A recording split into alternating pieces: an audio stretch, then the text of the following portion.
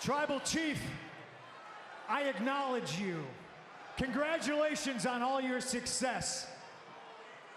Don't forget who the OG Paul Heyman guy is.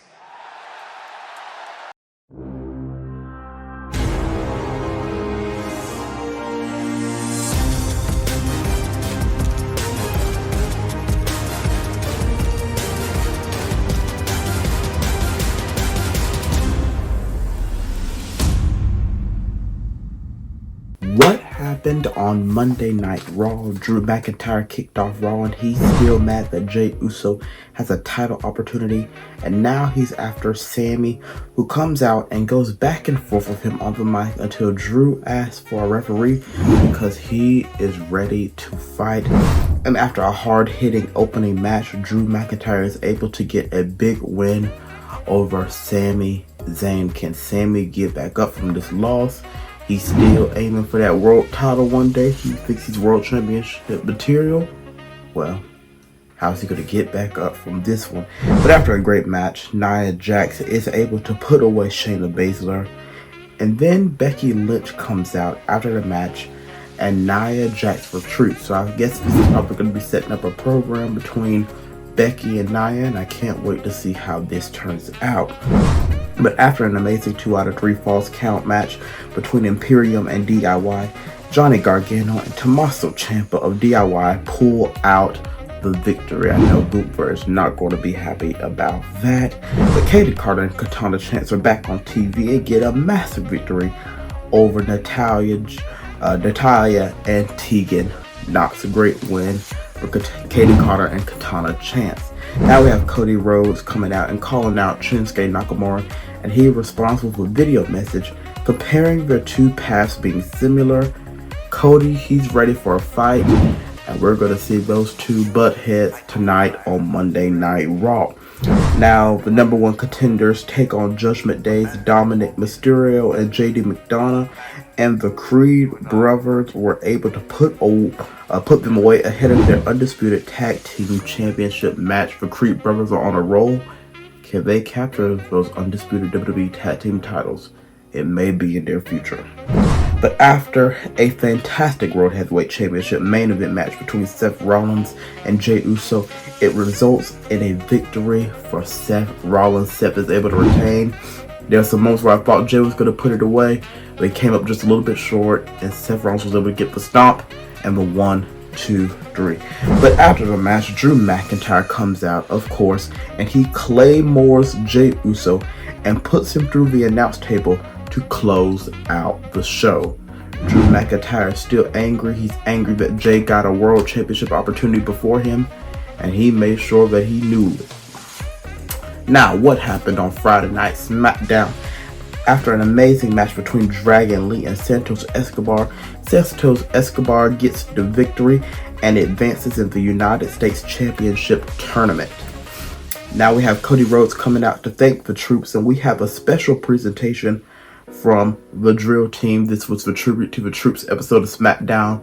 Great honor, and I can't fail to mention also to kick off the show, I'm sorry for not mentioning it earlier, we had Warren Treaty sing God Bless America. My goodness, they did a good job with that.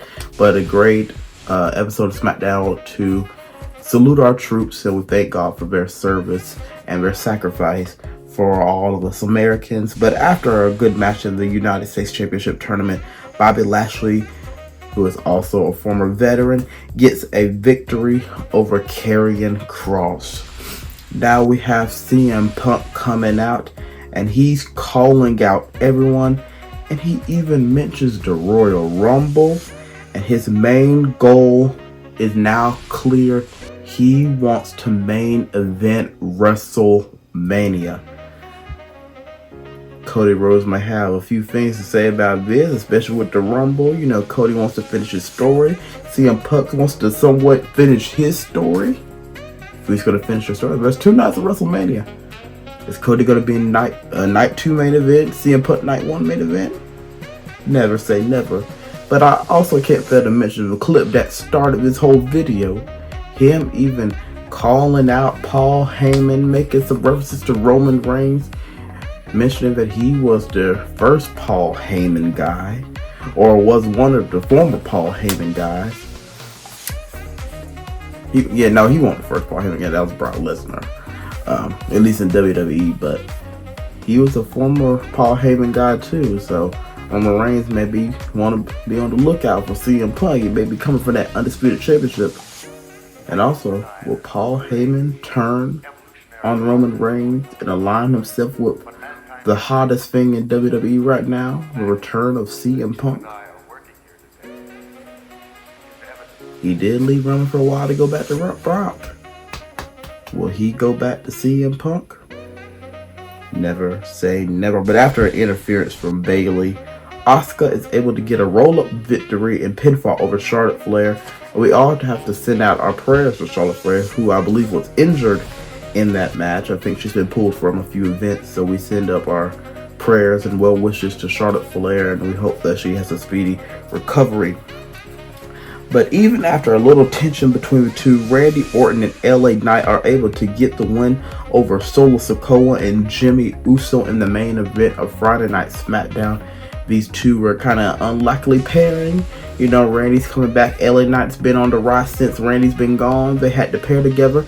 It was a little bit of tension to start out, but they were able to get the victory. They were able to work out together. So are we going to have RK? Yeah. I mean, we had RK Bro, so we're going to have RK? Yeah.